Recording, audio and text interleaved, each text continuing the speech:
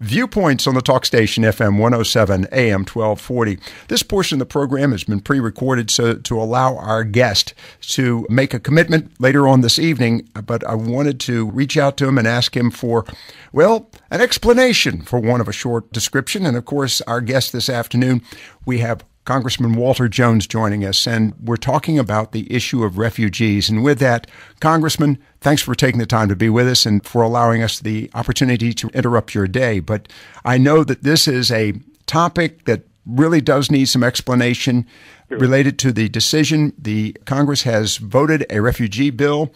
As a matter of fact, I was looking at it. About 137 votes. That's exactly right. It was 289 to 137.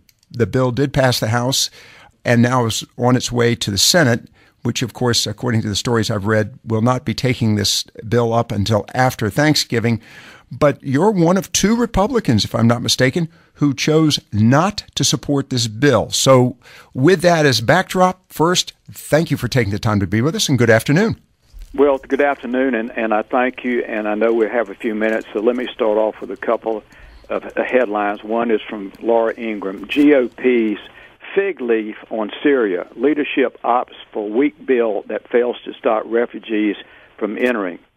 She further states the House Republican leadership on Wednesday balked at scrapping President Obama's plans to admit 10,000 Syrian refugees over the next year, opting instead for this weak bill. I read that to you, and then the other thing is written by Jeff Sessions, who's a senator from Alabama, and probably one of those just like Steve King, and I'll get to that in a minute. He voted with me yesterday. Jeff Sessions is one of the strongest advocates of protecting America from illegals coming to this country, and this was his headline in National Review. A new House bill on Syrian refugees does nothing to protect America. That's the reason I voted the way I did, because this was a show bill, a bill that makes you feel good, that you could go home for Thanksgiving and say, hey, look what I've done. The bill does not do what it needs to do. And my position has been for months, and I wrote the new Speaker of the House this myself, saying that we need a moratorium since the tragedy in France and a period of time to review and to have hearings as to what do we need to do to protect the American people. All this bill does that passed on Friday, all it really does is just to slow down the process and say to the administration, you need to do the very best job you can to make sure that those who get in this country will do no harm. To that point, and then I'll take your questions, Lockwood, Breitbart said the vote sets the stage for a coming crave to Obama's Syrian refugees resettlement program. Heritage Action says provides no leverage for Congress to weigh in and relies solely on President Obama's appointees to carry out the new vetting process. What this is to do is to stop us from getting an amendment on the continuing resolution that will come up on December the 11th to defund this program for 10,000 Syrians coming in. Okay. That's all this bill was about. Was a feel-good bill. That's okay, all. It's a feel-good bill, but you make another statement here, Congressman, and I think this is important. You say that it basically reduces the ability to make significant changes in the upcoming continuing resolution. Am I correct on that? Did I hear that correctly? Well, there are many of us in the House who would like to offer an amendment to defund the president's money to bring in these refugees from Syria and these other countries. Okay. And what this bill is going to do, Mr. Ryan is not going to allow, in my opinion, I hope I'm proven wrong, but today I would tell you he's not going to allow us to offer that amendment. Okay, so really this is, if you will, a hurdle or an impediment to do something of significance. Well, what it is just to allow members of Congress to come back home and beat their chest. And right. A long time ago, I learned, Lockwood, that I'm just sick and tired of the games they play in Washington on the people I represent. Understood. That's why I get criticized for doing what I think is right for the people back in the 3rd District of North Carolina, because not many of them care about the the process in Washington, but many times the process is very dishonest to the people back home. I want to go to something here, and another piece I read recently from Americans for Limited Government. I'll share that with you in a moment. But Sure. Again, our guest, Congressman Walter Jones, we're chatting with him this afternoon, a pre-recorded interview to allow him to make an appointment later on this evening. He is joining us to talk about his vote. He and you had one other congressman, am I correct on this, who also Republican, who voted against this? Steve King is the best-known member of the House that has fought illegals coming across the border for years. He is from Iowa. He is an attorney, and he's a great guy. We didn't coordinate our votes. I didn't know how he was going to vote. I thought there might be probably 9 or 10 conservatives that would vote no on this because it's a showboat type bill. But only 2 of you did. Quick question. After your vote, did you receive any reaction from other members within the caucus or, for that matter, other members within Congress? No, because I think they have learned about Walter Jones, that he's going to vote his conscience. He's going to try to do what he thinks right for his people back home. So everybody's very cordial to me, but they know me. All right. Well, no, I commend you on this one. By the way, I want to repeat something that I'm reading as well. Net Right Daily is the page coming from Americans for Limited Government.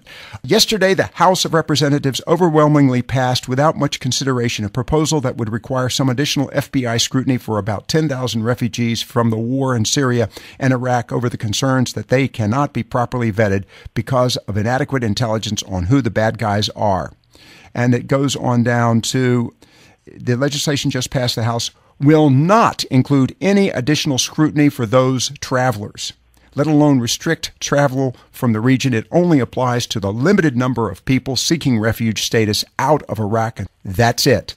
This publication is also very critical of the legislation. With that said, Congressman, obviously you're looking at a substantial change, and you want to apply an amendment coming up, and this is related to the continuing resolution. Am I correct on that? Yep. All right. December 11th. December 11th. So you're seeing this as simply a feel-good bill that will, quite frankly, remove any real emphasis and motivation to do something significant. What would you like to do with your amendment? What exactly would you like to do in the amendment? Let me share this with you to be very candid. Mm-hmm. The government was shut down on December the 11th unless we pass a continuing resolution. What many of us, not just me, but in the conservative movement, were hoping that we could offer an amendment, and it would be not just me, but others, to the continuing resolution to defund the $1 billion or whatever it is that's going to be given to President Obama to bring the 10,000 refugees from Iraq and Syria in. And, you know, it's not, Lockwood, that I'm opposed to helping people, but our country's in deep trouble. I can tell you. We've got ISIL ready to attack in our own country.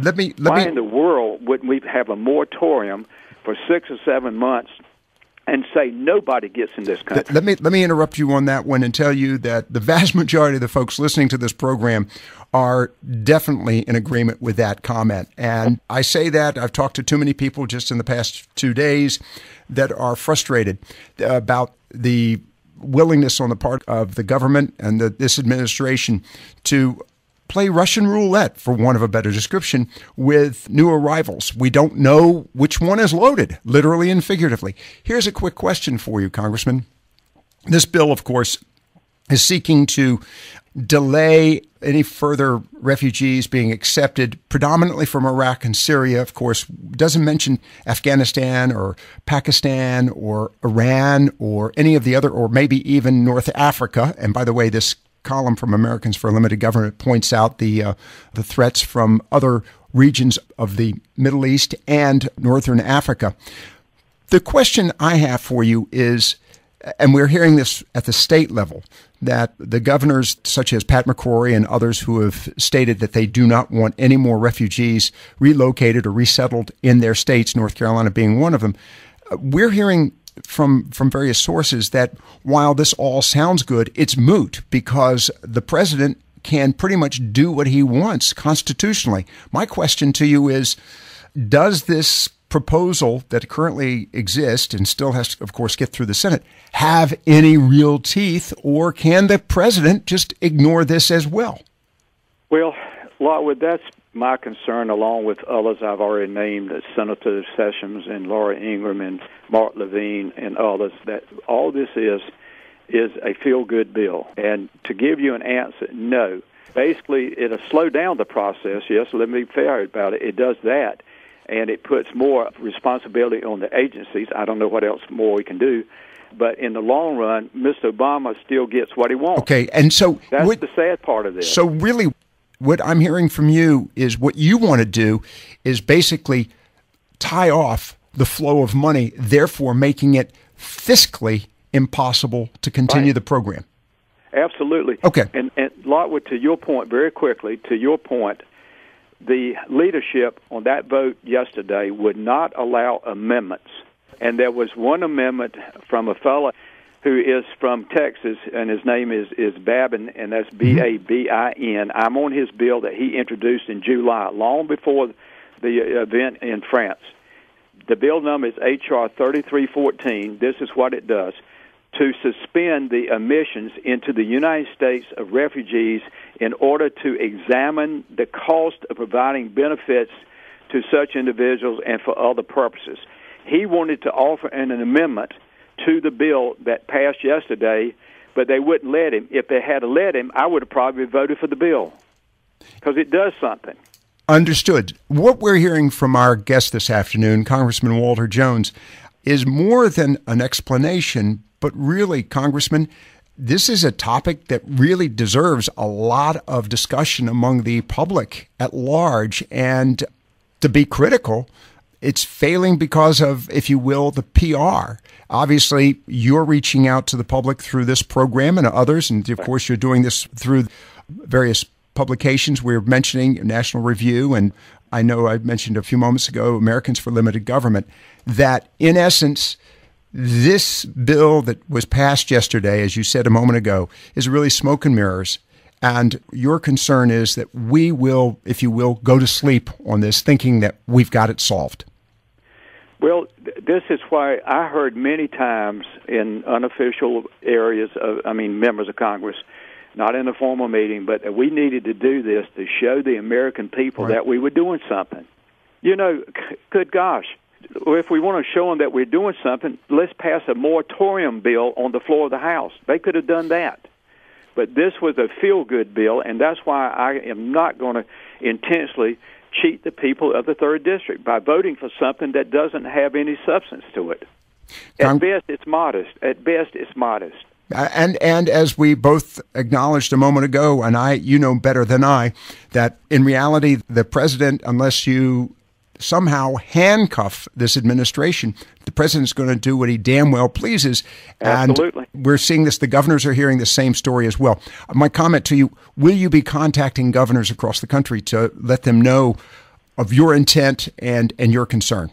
Because to me, they're the frontline fighters in this issue, not that Congress isn't. The sad thing is that, again, I think the reason that this bill came up, and as weak as it is to stop any effort by members of Congress, including myself, that would like to defund the budget of the program to bring in 10,000 Syrians. And I think that my leadership is complicit in that. I don't like saying that. I really do not like to say that, but all you have to do is to look at what happened. And when you get so many conservatives coming out saying that the bill is weak, it doesn't do anything. With this said, very quickly, and I'm not going to take much more of your time because you have other places to be this afternoon. And again, I thank you for your time, Congressman Walter. I'm glad to be on your show. Well, this is a vital topic, one that we in North Carolina, particularly in your district, are very concerned with. So I think it's great to give you an opportunity to explain and also enlighten us. 2 quick questions. First, sticking with this particular piece of legislation, it's now going to the Senate. What are its chances, just for the fun of it? Well, I don't know. I think the conservatives, when you get Jeff Sessions from Alabama to write the article in National Review with the headlines I just read to you, the House bill doesn't do anything to deal with the problem. So, he says it right here. I just paraphrase. A new House bill on Syrian refugees doesn't protect America. He's one that's going to be speaking out against probably the House bill and not vote for it. I think Ted Cruz, he's very close to Steve King, who voted against the bill. He's the only other Republican. And they're together this weekend in Iowa. I'm sure they're going to have a conversation. Would you give it a 50-50 chance of survival in the Senate? No better than that. Okay. And then final question for you. We're coming up to the holiday season. What are your plans? Well, I will be with my family on Thanksgiving, and you know how I feel about our military and their families and also the people of the 3rd District. I wish everybody a blessed and happy Thanksgiving, and may God bless America and not forget that we love the good Lord. Our guest, and I thank him for being with us this afternoon, and I really appreciate it because we threw this together very quickly, Congressman Walter Jones. Congressman, thanks for your time. Great. Thank you, sir. Thank you. Viewpoints on the talk station, FM 107, AM 1240.